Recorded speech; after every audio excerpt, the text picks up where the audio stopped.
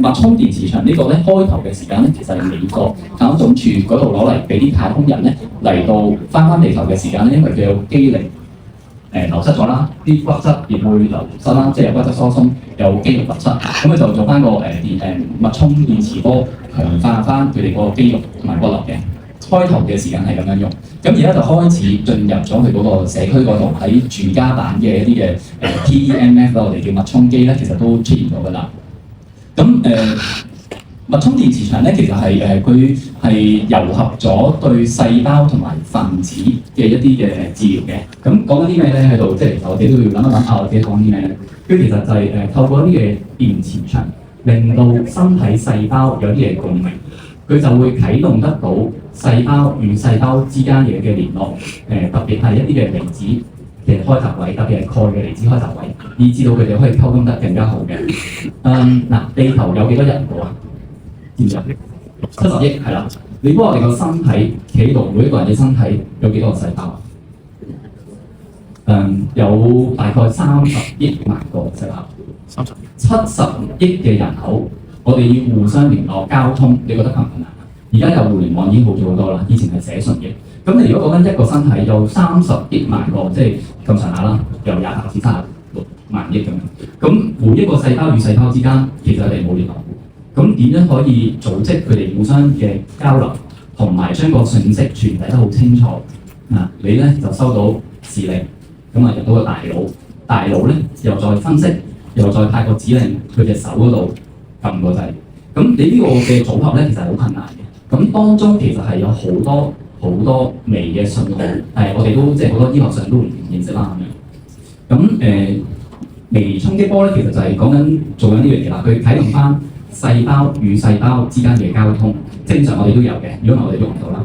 咁但係有陣時佢會失效咗，會弱咗，以至到咧我哋好似行路冇乜力氣。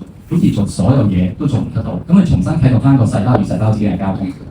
咁另外一個咧，佢就係嗰個會係有嗰個叫做adenosine 嘅 receptor，係一個即係一個身體裏邊全身細胞都會有一個嘅受體嚟嘅。咁佢乜嘢嘢嚟嘅咧？咁其實就會係佢有4個家族嘅 adenosine receptor。咁當中咧PEMF 咧佢就會針對翻 A2A 同埋 A3。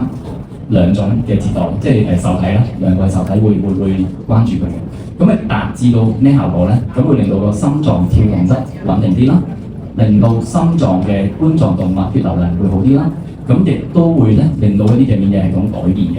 咁喺癌症治療啦，而家我哋癌症係 number one 啦，好多癌症啦。咁喺癌症治療而家好多嘅標靶藥或者一啲嘅叫做免疫治療化嘅藥，其實用緊嘅咧就係 A3呢個 adenosine 嘅 receptor。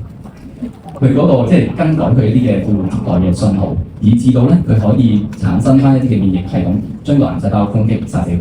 而家係做緊呢啲嘢，係即係每日啲我哋個癌症治療係有呢啲嘅免疫嘅。咁嗰個就用緊係化療藥，用緊係標靶藥。咁而家有一啲嘅叫做 PEMF 一啲唔侵入性外置，其實係做到嘅。當然，即係佢嗰個嘅頻率係仲未可能即係掌握好啦。咁頻率嗰度就要再慢慢研究，即係仲有一個研究空間，但係佢做得到嘅。咁佢個好處啦就係唔侵入性啦，唔痛啦，唔會有熱能啦，簡單啦，快啦。咁效果其實係有得研究，多文獻都話佢係得嘅。咁亦都有好多實證嘅例子係 work 嘅。咁我覺得係一個幾新嘅嘢，對於我嚟講，我覺得好新喎，真係好好喎，學到新嘢啦咁樣嘅。咁頭先講咗啦，佢嘅出現係喺美國太空總署開頭嘅時間，幫太空人肌力流失同埋骨質疏鬆用嘅。事實上咧 ，PEMF 咧佢主要嘅治療嘅地方咧係喺個神經，令到老人痴呆解決啦，或者舒緩啦，令到失眠可以幫助。其實我覺得係好吸引嘅。我哋有個大健康中心，其實就係做緊失眠治療嘅。呢啲嘢即係失眠，因為3個甚至2個裏邊嘅一個。咁你講緊係難入睡、睡眠質素差、易扎醒、瞓醒好似冇瞓過咁，其實係好常見嘅。咁你瞓得差就百病纏身，對所有事情都不感興趣，做所有嘢都唔開心。個 quality of life 人生嘅喜樂指數會大下跌。咁所以喺睡眠呢個領域咧，我覺得係好值得去深究。呢個可以幫到手嘅，咁會有一定嘅幫助。又或者係創傷後嘅愈合，又或者係一啲類風濕關節炎啊嗰啲有炎症、肌肉炎症嗰啲嘅幫助。另外仲有就係免疫治療法，剛才講嘅癌症，咁都係一啲嘅可以做緊嘅嘢。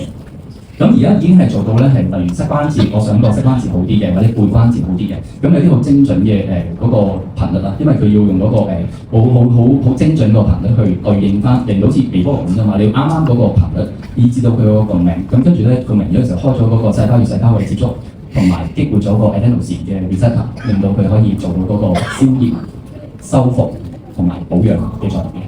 咁啲技術性嘅嘢啦，我覺得即係都真係唔識嘅。嗱，我第一次聽，或者即係第一次去學習呢個新嘅東西。咁究竟我作為一個人，咁究竟你講到天下無敵，做咗咁多研究，對於我自己個人而言，咁我點樣究竟分嗰件事係得定唔得咧？咁我自己都係信乜嘢嘅。咁打一本書話係嗰個書有好多人認證嘅，咁我哋就信咗。咁你就有 FDA 即係美國啦，有歐洲嘅 CE 認證，咁同埋都已經好多年嘅事㗎啦。咁係我唔識啫，我孤陋寡聞嘅。咁佢呢度講咗啦，佢有好多痛症、骨關節炎症、神經嘅幫助嘅。咁呢度就即係講得好 marketing 啦，即係將佢好圖像化啊，充電器咁樣。咁就可以比喻為一個唔侵略性、冇乜風險，但係有科研證明佢 work 嘅一個技術，咁值得試嘅佢問我。咁佢全面功能啦、頭頸痛啊、滑鼠啊、腰背痛嗰啲都有好多實證係 work 嘅。我哋係咪有啲會播嗰啲實證片？片冇好片冇嘅，咁啊即係原本有兩套片係有嗰個即係做之前同做之後嘅行路姿勢，咁即係好可惜啦。咁有機會大家可以自己上網應該都揾到嘅，即係 PEMF 你 search 翻一啲嘅實證嘅片應該有。咁都係講緊係即係個創傷後嘅治療、中風後嘅康復，同埋如果係行路行得唔理想、背脊痛、肌肉炎症嗰啲咧係有一定嘅幫助嘅。好，咁咧就以前就可能醫院做多啲啦，好似高壓氧艙咁，即係你要加壓去到1.5，甚至去到6個大氣壓力，其實係你正常家居好難做到嘅。咁佢就好啦，佢可以變咗做一個好輕便，即係一隻手或者係一個篋仔就已經做得到嘅一個儀器，可以帶翻屋企變咗家居用嘅東西。咁同埋病緊，我哋病到即係慢性式發緊高燒就唔好搞落嚟。咁可以講嘅就係一個幾得意、幾新嘅一個學習啦。咁 PEMF 脈衝呢個脈衝電磁場嘅咧，咁係幾得意嘅。咁我覺得係可以值得學習。咁跟住就佢歷史悠久㗎啦，不過我唔識啫。咁亦都有家居版可以做得到嘅。咁同埋有好多認證。咁啊最後啦，咁啊多謝大家嘅寶貴時間。咁啊，最緊要學到新嘅嘢，好緊要，好緊要。